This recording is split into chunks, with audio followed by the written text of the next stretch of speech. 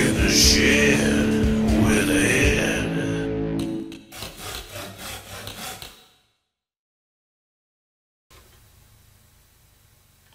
Hey YouTubers and friends, thanks for joining me here on another episode of Exploring the Lost Arts of Prospecting, Dowsing. In this episode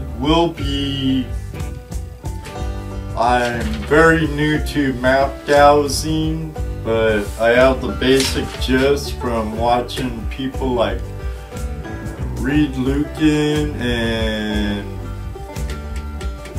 BC Miner, I think it is, and some other videos here on YouTube and whatnot. I played around with it much. I have both my pendulums here, but I'll use the one my friend Jesse Miller wrapped for me.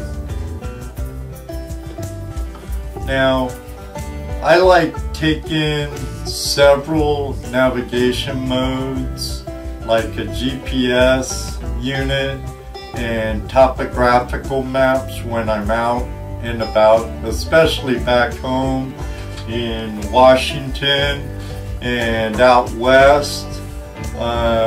I probably would in like the Coker Creek, Tennessee area and other places that I don't know or don't know well, or even know well but want to explore further. I think it's always good to carry a paper map with you. You can have them laminated or get waterproofed ones or regular quadrant maps from the USGS or from the US Forest Service branches. I printed off a section of topographical map where I'm going tomorrow at my buddy Joe's. It's my own little private Idaho, I like to say here. It's only about 5 miles up the road from me. I do find color there, and as you know from my last Another Day on the Stream video, I found one of my bigger pieces of gold in the dredge spot. But I know there's gold at my quarry hole. I'm interested in this area where Flat Fork comes into Jennings Creek. I have this round dial. It goes from 0 degrees to 90, then, or yeah, 90 degrees, then 180, 270, 360, and has all the degrees in between. It's used for orientation or you know, map orientation. I know, Ken, don't get stuck on the big words. But orienteering, you know, when using a map for navigation and triangulating your position and stuff, you need a good compass and other tools, and this is one of the ones I used. And I have my 0 degree facing north, and I use there's a line that makes a cross in the middle. I use it as my pinpointer. There's an island right here where the creek's at the creek junction, and last year there was a real nice gravel bar there, and I'm expecting it might be there still, because last time I checked the banks haven't changed much, and I'm sure the eddies and drop points are pretty much the same for the most part. You know, we haven't had any real bad flooding in this area this year yet, thank goodness. But I have the cross in that piece over the point I want. I'll take my pendulum that Jesse wrapped for me. It's in its resting state, straight down. What is my yes? And like always, it's a counterclockwise or a clockwise motion. Relax. I did it even before I said it. Okay, what's my no? And that's the counterclockwise, and I'm sure with everybody it's different. I know some people go like this or like this and whatnot, but there it is. Is there gold at the island junction, at the island at the mouth of Flat Fork on Jennings Creek? As you see, it's going clockwise, and it's saying yes. Calm down. Is there any nuggets there? Okay, I'm not gonna find no big gold. Is there a lot of fine gold there?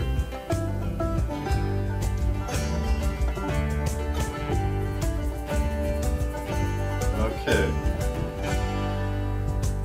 Is the gravel bar still on the downstream side of the mouth?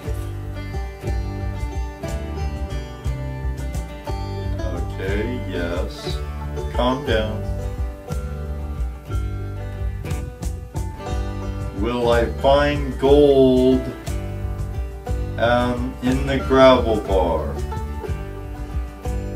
It says yes. So I'm going to use my bucket hopper there tomorrow, and you'll see that in an episode of Another Day on the Stream. I'm also going to do some footage. You can't see, but my fluid bed sluice isn't up here. It's in my truck, and I'm gonna be testing that out and hopefully get some footage of that for another episode. But now I'm gonna test where I dredged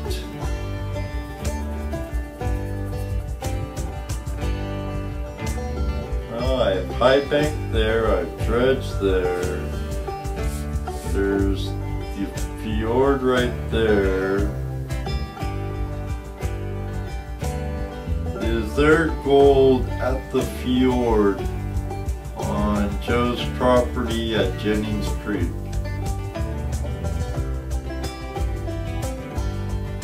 Okay, it says yes.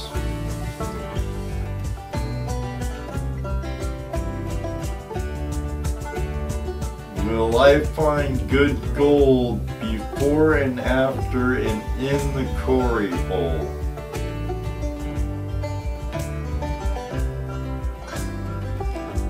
And you see it saying yes.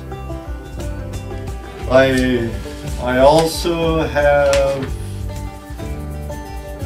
the area that I have access to at my buddy Joe's place on satellite imagery, and I have places marked out on here though.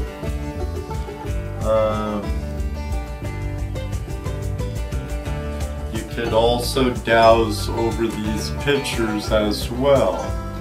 So I have a good idea what I'm doing tomorrow. It's supposed to be beautiful. Another sunny day in the mid-70s. Hopefully the water's not too bad. I'll have to grab my rubber gloves.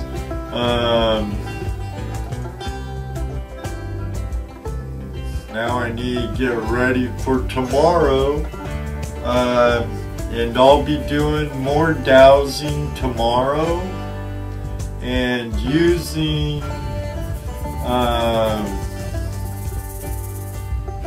the electroscope that was supplied to me by two brothers prospecting in Fort Wayne, Indiana. My friends Kent and Scott Fackler. Two brothers prospecting in Fort Wayne, Indiana. If you would like an electroscope, check them out.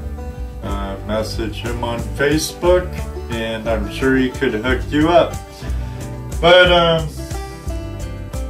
I'll be using the electroscope, and I'll be using my dowsing rods like I do a lot of the times, and maybe even my pendulum. Until then,